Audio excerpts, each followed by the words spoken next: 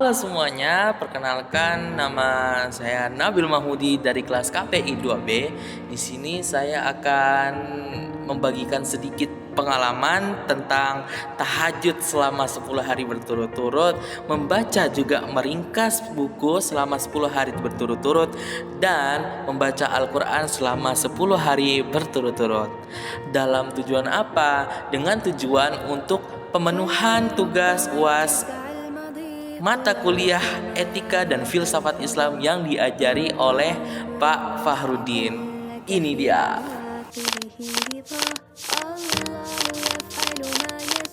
Teman-teman, itu adalah foto-foto yang memang kami harus dokumentasikan sebagai bentuk bukti bahwa kami itu memang harus melakukannya, dan itu akan diupload ke dalam G Drive yang telah diberikan kepada kami semua sebagai bahan bukti bahwa memang benar-benar kami itu benar-benar melakukannya, seperti itu. Terkait kekonsistenan atau istiqomah, sebenarnya itu tidak mudah untuk dilakukan. Ya mungkin secara pandangan luar kita konsisten itu memang benar-benar harus berturut-turut, istiqomah juga seperti itu. Dan konteks tugas ini itu memang harus secara berturut-turut selama 10 hari berturut-turut ya. Dan konsekuensi dari tugas ini, misalkan kalau di pertengahan proses ada yang tidak terlaksanakan, itu memang harus ulang dari awal. Dan itu yang terjadi sama saya sekarang. Jadi gini teman-teman, konsisten itu misalkan memang dari pandangan luar mungkin karena terbersit dalam pikiran kayak melakukan hal yang sama di hari yang sama, dilakukan secara terus menerus besok hingga kapanpun, itu mungkin terasa mudah bagi kita, tapi ketika kita menjalankannya itu akan terasa sulitnya seperti itu. Nah, dan itu yang saya rasakan. Apa faktornya? Ya entah mungkin karena ya malas gitu, atau mungkin karena tabrakan dengan kegiatan lain sehingga hal-hal ini tuh lupa untuk dilakukan secara konsisten. Padahal poin yang harus didapatkan itu memang harus secara berturut-turut. Nah, tapi karena faktor lain itu yang bikin susah untuk dijalankan. Misalnya nih, saya sholat tahajud.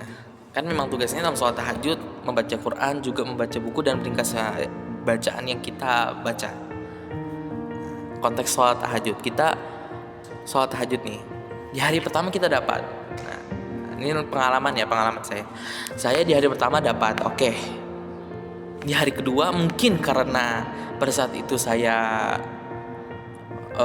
tidurnya agak malam ya, jadi ketika bangun itu susah, seperti itu ya salah satu contoh faktor. Nah, lanjut lagi. Oke, niat, udah deh besok ulang lagi, set ulang, oke, dapat 1. Lalu habis itu pas besoknya malah nggak terlaksanakan lagi, entah mungkin karena faktor apa, kecapean atau apa, seperti itu. Nah, sama juga seperti membaca buku. Ketika hari itu mungkin ada beberapa hari yang benar-benar kita itu sibuk hingga yang namanya tugas membaca buku itu benar-benar terlupakan, itu akan susah seperti itu. Dan halnya juga membaca Al-Quran ya, meskipun dari kita mungkin udah ada yang terbiasa yang membaca Al-Quran secara setiap hari. Namun misalkan kalau kan membaca Quran dalam sehari itu dalam niat untuk hanya baca Quran itu masih bisa dalam konteks setiap hari secara betul-betul. Namun mungkin karena ada sedikit perbedaan tujuan ya, jadi ketika saya membaca Quran tuh malah kadang satu hari tuh nggak baca sama sekali. Astagfirullah. Nah, itu yang benar-benar harus kita kuatkan lagi niatnya. Dan apa yang saya lakukan mulai dari tanggal 23 kemarin, niat memang benar-benar niat untuk sholat tahajud kembali dengan niat yang benar-benar niat seperti itu. Diperkuatnya tidak hanya niat, tapi juga faktor-faktor yang harus membuat kita, tekanan-tekanan yang membuat kita itu bagaimana caranya untuk melakukan hal tersebut.